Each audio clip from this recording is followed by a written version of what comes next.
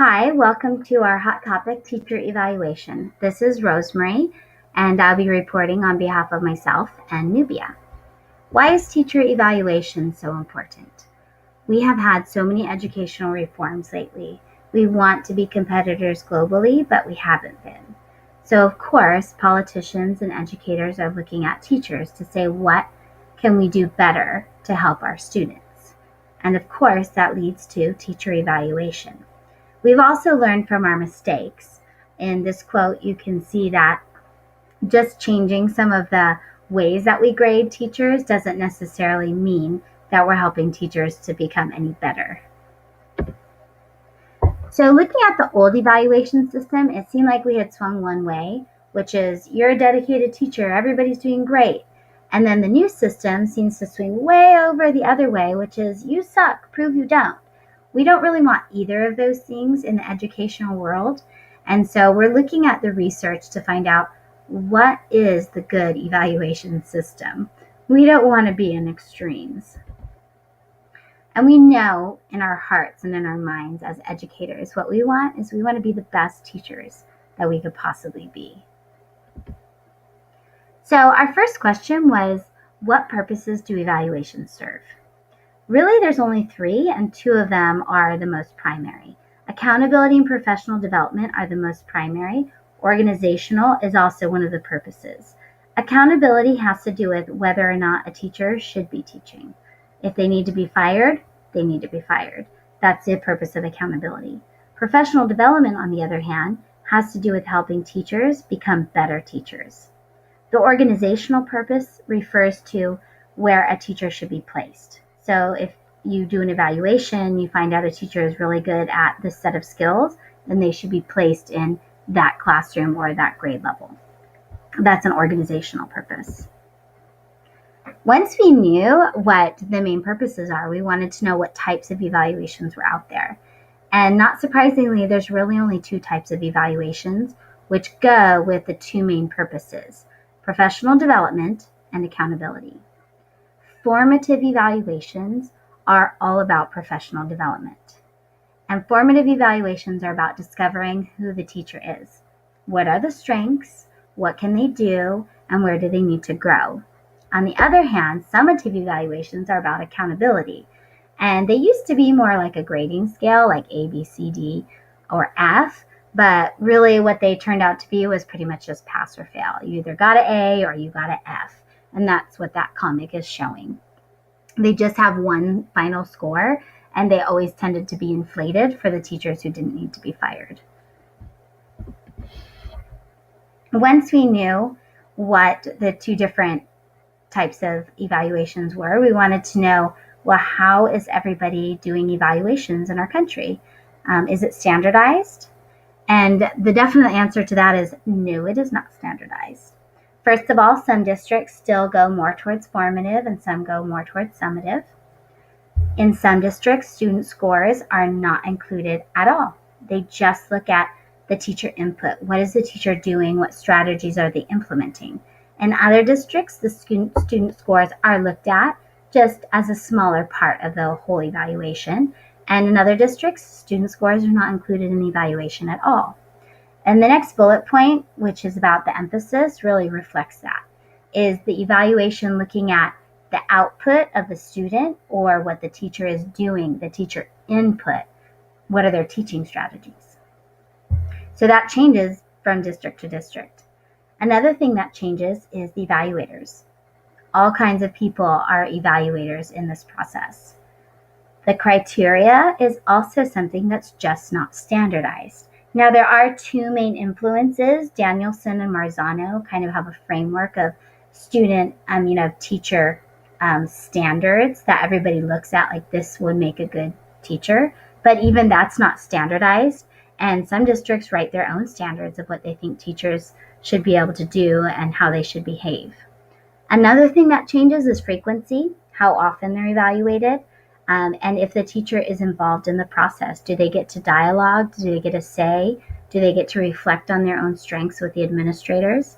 And finally, rewards and punishments. Some districts have monetary rewards, others don't. Some still have punishments. Now, that was a very interesting point, but we decided not to go there for time. So instead, for our next question, we decided to investigate what makes the best evaluations, what really will help our educational community. So this is what we discovered. First of all, formative assessments seem to be the best, and most of the research showed that most administrators and districts actually see this. If they want teachers to improve, they're going to use formative assessments. Another important aspect of a good evaluation is that it's focused on teacher input rather than student output. And in fact, the U.S. Department of Education said that more than 90% of the variation in student gains is due to the variation at the student level, factors that are not under control of the teacher. Now, whether or not the statistic is accurate or not, it definitely helps us to see that if you just focus on student output, you're really not seeing how much the teacher is actually putting into that student, because there's so many other factors between what the teacher is taught and how the test score comes out. Another important factor of a great evaluation is that it's safe. It has to be conducted by a non-threatening person. And our research really pointed out that the administrators or the evaluators could have two really distinct types of personalities that could be beneficial. An informational personality is somebody who has the skills and the knowledge to help you grow. They actually know good teaching strategies. Another one could be an inspirational leader. That's somebody who is charismatic and who is inspiring you to do your best. And our research also showed that if the leader was both informational and inspirational, beautiful. That was the very, very best kind of evaluator. Another thing was collaboration. Is the teacher involved in the process? Do they get to talk about their strengths and their weaknesses and how they want to grow and what their own desires are? That's really important to make a good evaluation system. And finally, are the evaluations contextual? They have to be. Just thinking back to the quote I said about all the 90% of the factors are student-based, well, that's context. If the teacher is doing everything they can, but other things are happening in the classroom with that student at that school, a tragedy, all of those things have to be considered. You can't just look at it in a bubble or in isolation.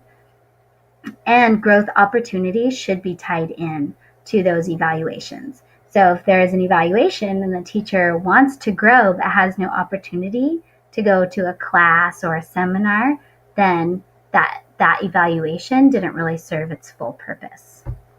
Now that we've looked at the good things, we also wanted to say, well, okay, what should we avoid in evaluations? So what should be avoided? Really, summative, the final scores, that's not really going to help us. Yes, it's necessary, but not if you're helping us to grow. It shouldn't be too student or result focused. If we're just looking at the annual test scores, we're not seeing the whole picture at all, which is decontextualized. Evaluations should not be decontextualized. We don't teach in a bubble. We teach in a community where active participant and the student is the other active participant. And they should not be punitive. That destroys the whole process, destroys trust, and doesn't allow teachers to be vulnerable at all. So I wanted to end with this quote, which I thought was really kind of valid for our whole discussion. So Karen Klein says, maybe 50% is the right number for test scores to count in teachers' evaluations. Maybe more than 50% are right, or 15% would work better. I don't know. The thing that's so bothersome is that so many politicians and lobbyists and supposed experts are making hard and fast decisions when they don't know the answer either. And that's the whole point, is we need more research to know how evaluation systems should actually be, because we don't know yet. And the thing to keep in mind the most is that teachers are important. We're important people, and we're supposed to see the value in others. So if our system of evaluation isn't bringing out the value in us, then how are we going to be bringing out the value in kids? Like, we definitely have to be looking at the whole system. Here's our references. There you go. It's super fast because you have to actually download it if you want to see. There's our presentation. I hope you enjoy teacher evaluation.